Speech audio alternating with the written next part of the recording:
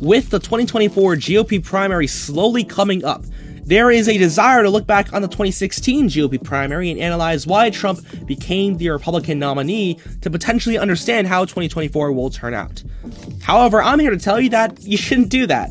Instead, we need to understand that at this stage in the 2024 GOP primary, that the field of candidates, as well as the structure of the primaries, is much different from what we saw in 2016.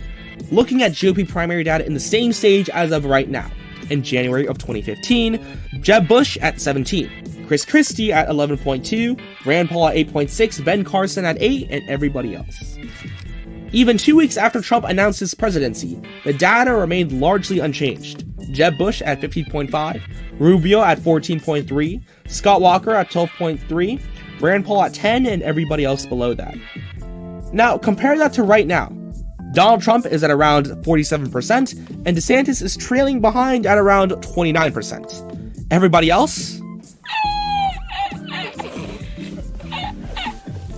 In other words, in the 2016 primary, Trump entered what was essentially a broken field of candidates with no one particularly liked or favored to win. The highest was Jeb Bush, who couldn't even crack 20 or 30% and ended up losing his primary to Trump.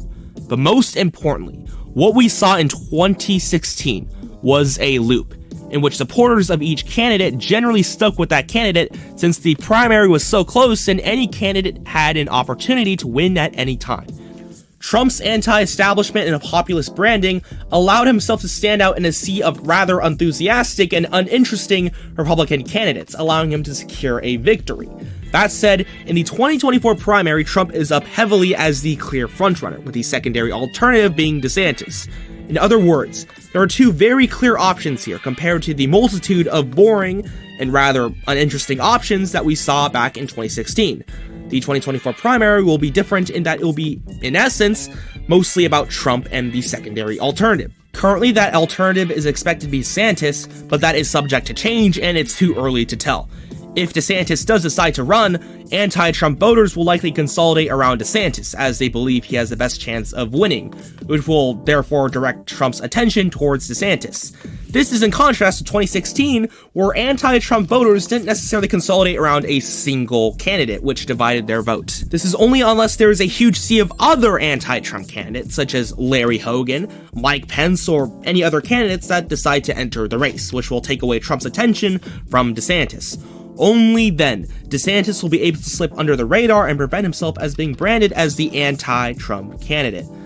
The risk with this, and the problem for other GOP candidates, will be the substantial voter block and support that Trump has already amassed, which has given him a large lead in early polling. If GOP candidates want to beat Trump, they will likely have to pull support from the Trump bloc, and in order to do that, you must avoid being painted as anti-Trump. In the same token, you must also differentiate yourself from Trump and win over anti-Trump GOP voters. Not only that, but in order to beat Trump, the anti-Trump faction will have to consolidate behind a single candidate, which is likely to happen, but then again also has a chance of not happening. Is it possible that someone that can run in the Trump lane, differentiate their messaging, and still win? Possibly so, but seeing that it's difficult to replicate a candidate like Donald Trump, and that the Trump base is unlikely to be supportive of anyone else, it'll be hard to tell if that can happen.